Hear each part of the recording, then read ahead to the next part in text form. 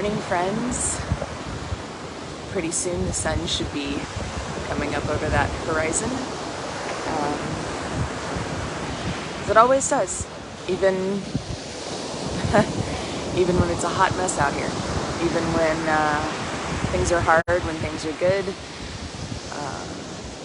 it just keeps coming. So maybe there's a little unexpected hope at the beginning of the message.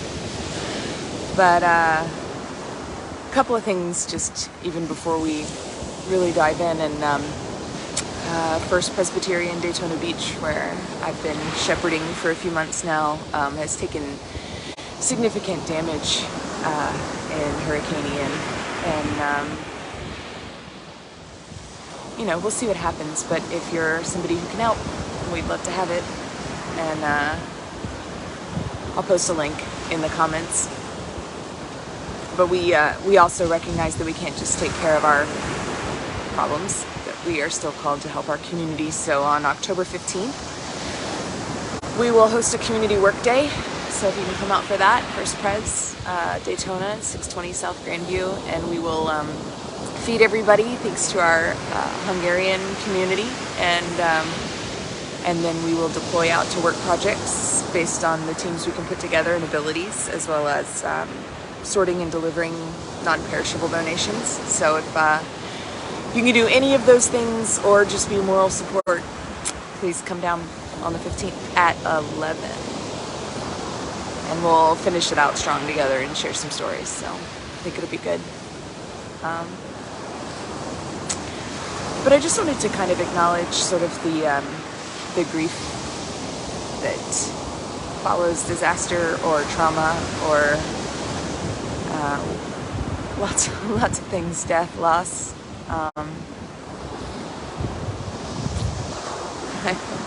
These two seagulls are watching. Don't look at them.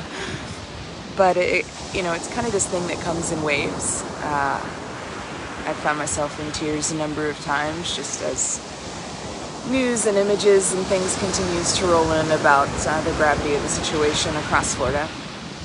In the tricky space of bearing witness to the destruction here in Daytona and knowing that it is almost nothing compared to Fort Myers and Naples and some other areas. So, and when I say Daytona, I don't just mean specifically Daytona Beach, because New Smyrna Beach and Port Orange and lots of areas around here are really struggling. Help where you can, but with the grief. And I think often our society tells us, our culture tells us, to get over it, suck it up and pull up your bootstraps and those kind of thoughts. But it's okay to be with your grief. And if you are someone who is concerned that your grief might be all-consuming, experience your grief with some help, with someone else. But suppressed grief does nobody any good. And it occurs to me, the most popularly memorized verse in Scripture, Jesus wept. He wept because he'd lost a friend. And, and this isn't a matter of can you hold it together. I mean, Jesus couldn't hold it together, but maybe holding it together is not the ultimate goal. So let yourself weep when you need to. And also, right alongside the tears, we'll do the work that needs to be done too. It doesn't have to be either or. It can be both and.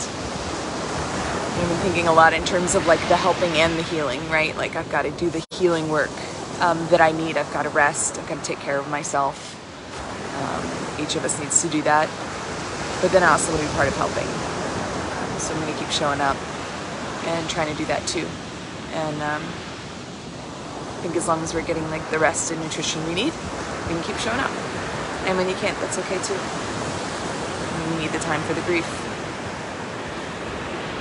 So one last plea, my friends, that you might find the ways that you can help. And you see that? And if each of us puts even our little drop in the bucket, you know, we can make a big difference.